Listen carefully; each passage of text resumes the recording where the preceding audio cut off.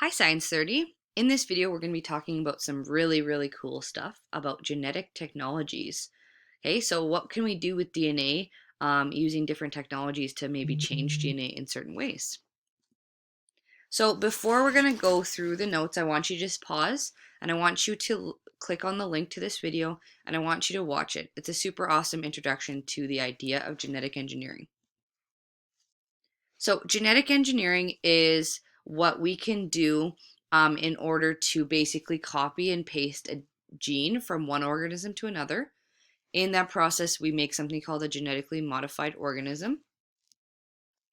And the idea behind it is basically to make traditional breeding practices where maybe on a farm you were taking certain crops that were like maybe producing a lot of food and breeding, like taking the seeds from that crop and just using those seeds the previous year, or sorry, the future year. We can make these processes happen way faster. Usually it takes 8 years to selectively breed for a trait, which would be like just maybe taking a certain trait from one organism and seeing a certain trait from the other organism and trying to get that in the babies. So selectively breeding is something that farmers have been doing for a very long time. It takes about 8 generations to see that trait then pop up frequently in the population. Whereas genetic engineering, you can see things happen way quicker. And the idea that's kind of got this whole thing started was from cloning. So when they cloned the sheep named Dolly, which happened way long time ago, the idea of maybe we could use similar technologies to do some really cool, awesome things kind of emerged. So when we're talking about genetic engineering, we're going to talk about needing 4 different things. So the very first thing we need is we're going to take DNA from bacteria. Usually we use E. coli, and the DNA is called a plasmid. It is a ring of DNA instead of like a long continuous double helix like humans have. It's just a circle of DNA instead. We also want to find a gene that we want. So, for example, when I was in university, we did this actually in our genetics lab, where I took the gene from a jellyfish that makes it glow in the dark, and we inserted it into bacteria to make glow in the dark bacteria. So the gene that we wanted was that glow in the dark gene from a jellyfish. We also need something called restriction enzymes, which are like scissors that can cut open the DNA in certain places and help us insert that new gene in that certain place. And then ligase is there to make sure that the piece of DNA that we added in can be glued to the original piece of DNA so it looks like it was always there. So just wondering probably maybe why we use E. coli. E. coli is super cheap. It's really easy to find because we actually have it in our own body. Easy to manipulate. It grows really quickly. It replicates really quickly, so we don't have to wait like hours and hours or days and days for it to replicate. It literally happens within minutes. And then it has that plasmid of DNA, which is really easy to manipulate and open up and put in genes that we want. And also, when it replicates, it doesn't necessarily like mess up the bacteria's DNA. So that's kind of nice that we know that we're not making like new species of E. coli. We just happen to make that one specific gene in that DNA, and we can produce whatever that gene makes, whatever protein that gene is in charge of making. So restriction enzymes, the little things that I called scissors, are going to go in and they recognize certain sequences of DNA, so like maybe AAG, or whatever. So about 4 to 8 nucleotides, which are the letters A's or T's or G's or C's, that they're looking in. Typically palindromes, which just means like usually the letters are like multiples of the same letter, like all a bunch of A's or all a bunch of G's or all a bunch of C's or T's or whatever. There are a whole bunch of different types of restriction enzymes. So we use about 600 when we actually do genetic engineering in a lab. There's about 600 that we can get. And basically these restriction enzymes were something that bacteria actually use. So naturally they create restriction enzymes in order to remove virus DNA or viral DNA from their actual plasmid, because viruses insert their DNA in order to replicate. They can't replicate themselves. So bacteria have come up with this enzyme that can kind of remove that viral DNA from their plasmid so that they don't have to replicate the viral DNA.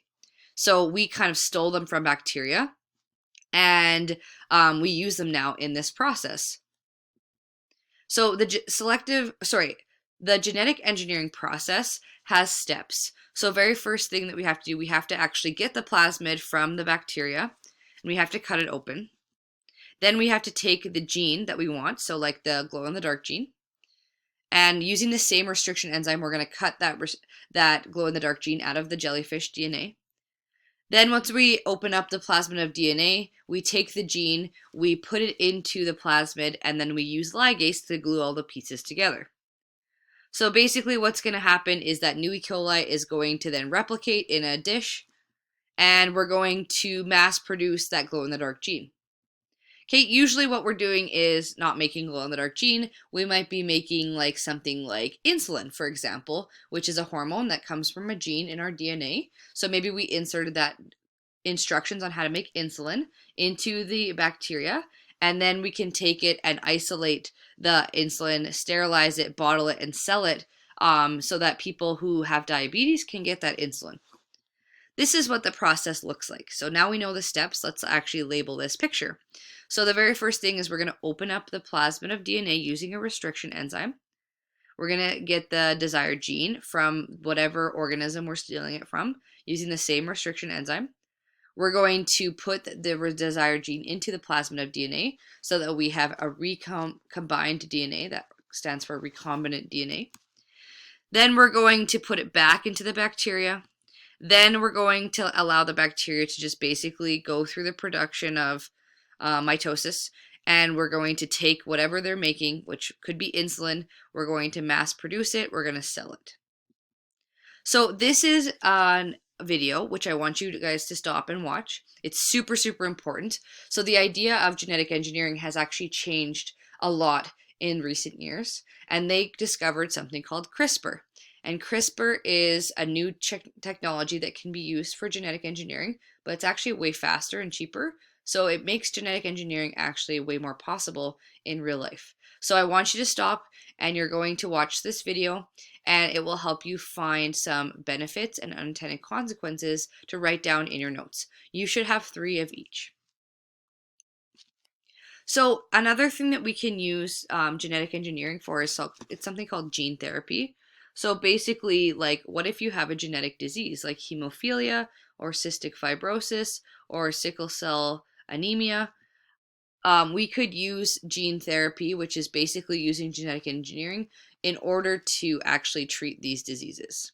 So it's still in a lot of disorders, it's still in clinical stages, but it has actually been used to treat sickle cell anemia, and it's treated a couple of patients in real life with their sickle cell anemia. The issue with other diseases is it's often linked to more than one gene, so it's really difficult to just use CRISPR to fix it or use genetic engineering to fix it, because they would have to go into all of these different genes, and it would take a little bit more time to do that. So the idea behind this is doing this process in order to fix the gene that is broken in that person's body, and they can do this and then they have the gene that should be there originally. So again, like any genetic disorder that we've talked about in the past, they could technically use it to potentially help with that. This is the general process of gene therapy. You guys have a picture of this in your notes. So basically just taking the gene, fixing it, and putting it back in. So again, I want you guys to stop and watch this video about gene therapy. It just gives you a little bit more information about the idea of what it could be used for. Once you're done watching that video, you guys are done this section of notes.